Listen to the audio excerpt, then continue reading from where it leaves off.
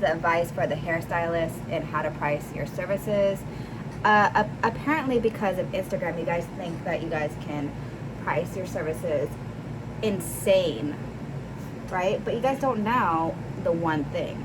And the one thing is that people like to go to the hair salon, right?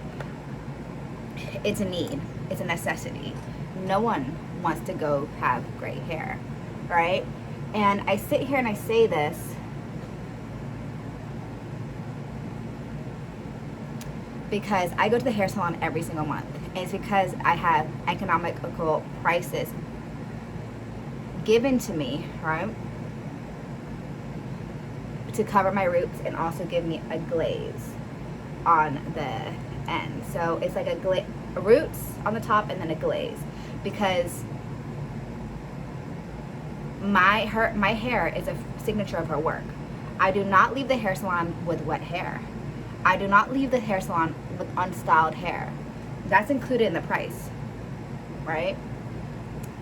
What does this make me do as a client? This makes me want to tip her 10 times more, give her free stuff, and also be a consistent booker. So Shuri knows that she has consistent income. But if you price your roots $100, $170, $200, right? $200, no one's gonna come consistently. When you hit a certain age, your roots start growing at a dramatic rate,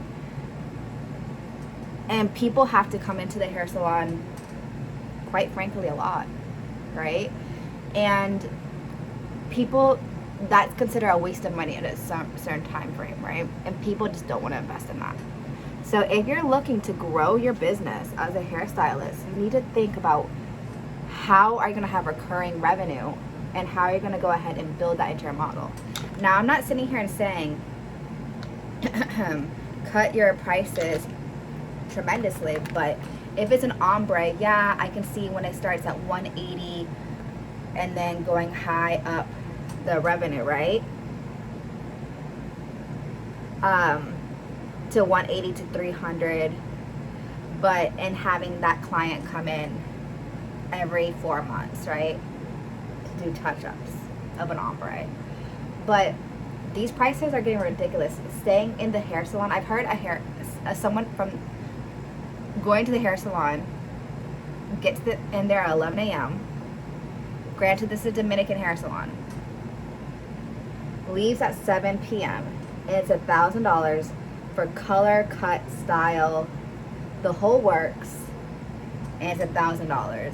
Guys, come on now. You guys are not cutting celebrities. When you guys are cutting celebrities, y'all can do that. But think about how many heads you guys can be turning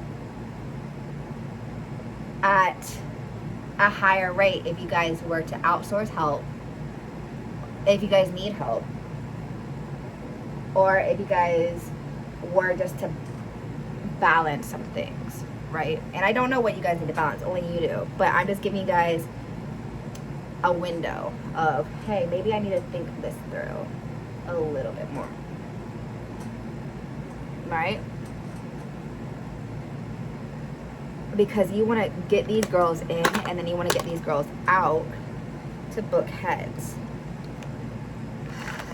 But in regards to, okay, so we covered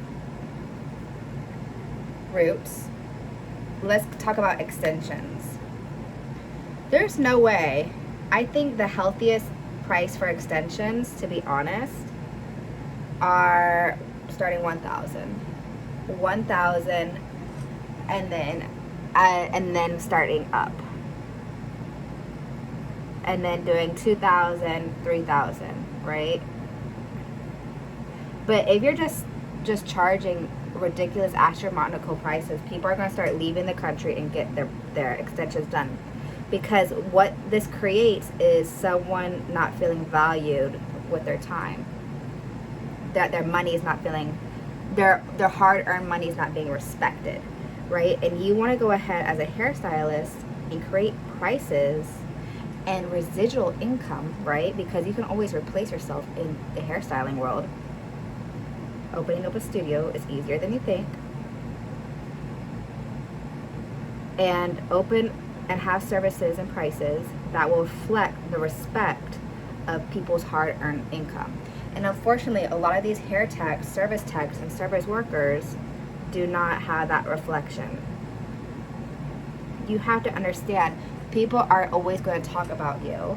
I will still remember the person when I'm in Sally Beauty, when I referred her to this experience that I had. And even though he wasn't the best, I still referred because I thought he was okay.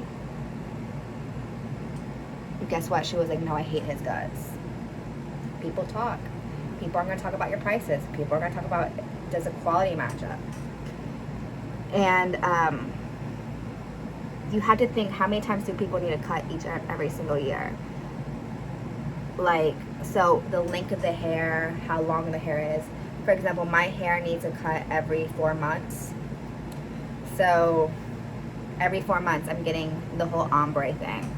So she already knows that she has me in the books every 4 months. She already knows that income's coming in unless I'm booked for work. But I always rebook because I'm not looking raggedy. I'm always looking my best, right? And you know why? It's because my very first hairstylist explained to me the meaning of looking well. And that's a high priority. So you need to assess the type of clientele that are coming into your hair salon.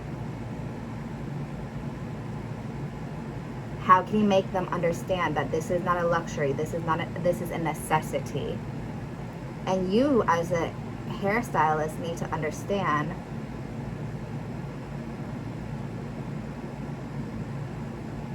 that everyone is a reflection of your work, and they are the biggest advertising tool. I will never forget the hairstylist that made me wait an hour for a trim while her sister was sweeping. Never forget that. And I never will ever recommend anyone to her ever again, right? And if I do, I would say, oh, she makes you wait an hour for a trim.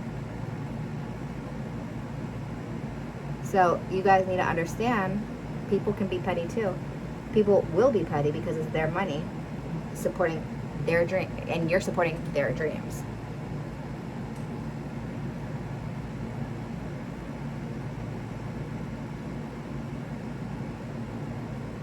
So you have to respect the money that's coming in. And this is not a poverty mindset, but this is like a mindset that we're all in this together. You're helping them to feel more confident about themselves. And in return and exchange, you're doing something that you love. So, I mean, just take it from me. I've worked with a lot of hairdressers in this industry, right?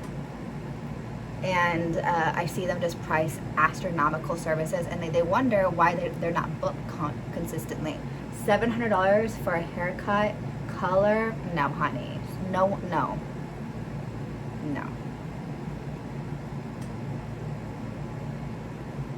Now, if you need to reshape the face and do a whole style cut, that's different. For curly hair, I understand when people do that. The difference is of curly hair. Like, you know, when people haven't seen a curly hair stylist, I would start saying, hey, price those at 100, 110, 125 so people can tip you. You make your money off of tips, right? So think about it like that. How much do you think you can get tipped?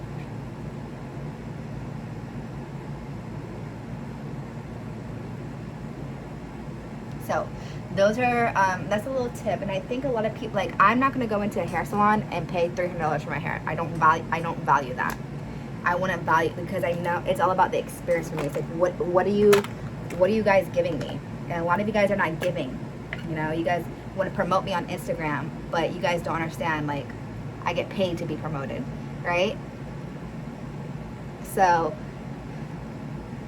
and you're probably thinking, oh, well, Natasha, the other girls don't care. Not yet. Not until they see this video. Right?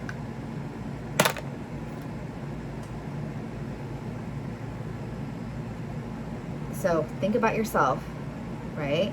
And think about how you can create a longevity business that's not stressful. People are not going crazy booking you, how can you replicate yourself? How can you replicate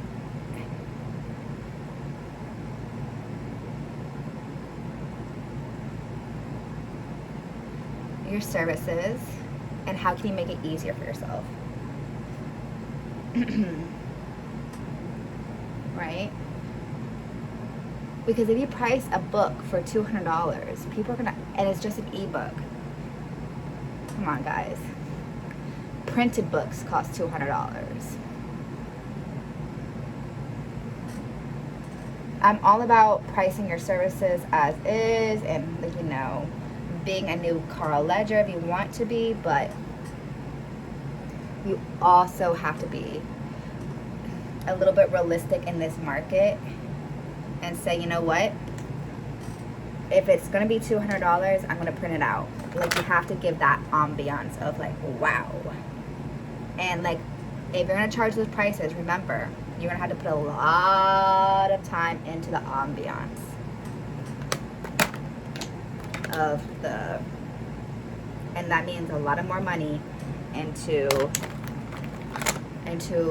your hair salon.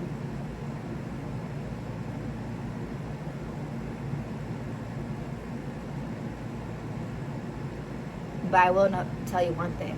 Girls, if you're looking raggedy to wait for your hairstylist because they're charging way too much, you need to find another hairstylist.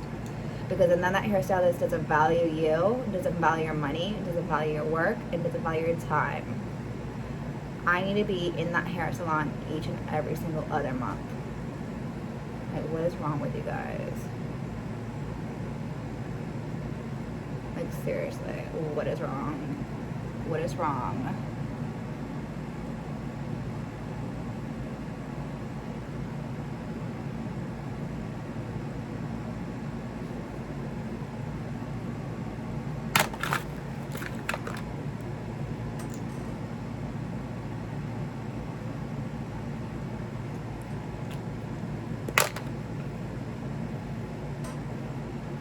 Alright, you guys, so this is the final look. I hope these business tips help you price your services and give you guys a realistic, like, from the chair, someone who's sitting on the chair who goes to the hair salon each and every single month and who wants to spend money. Like, I want to spend money.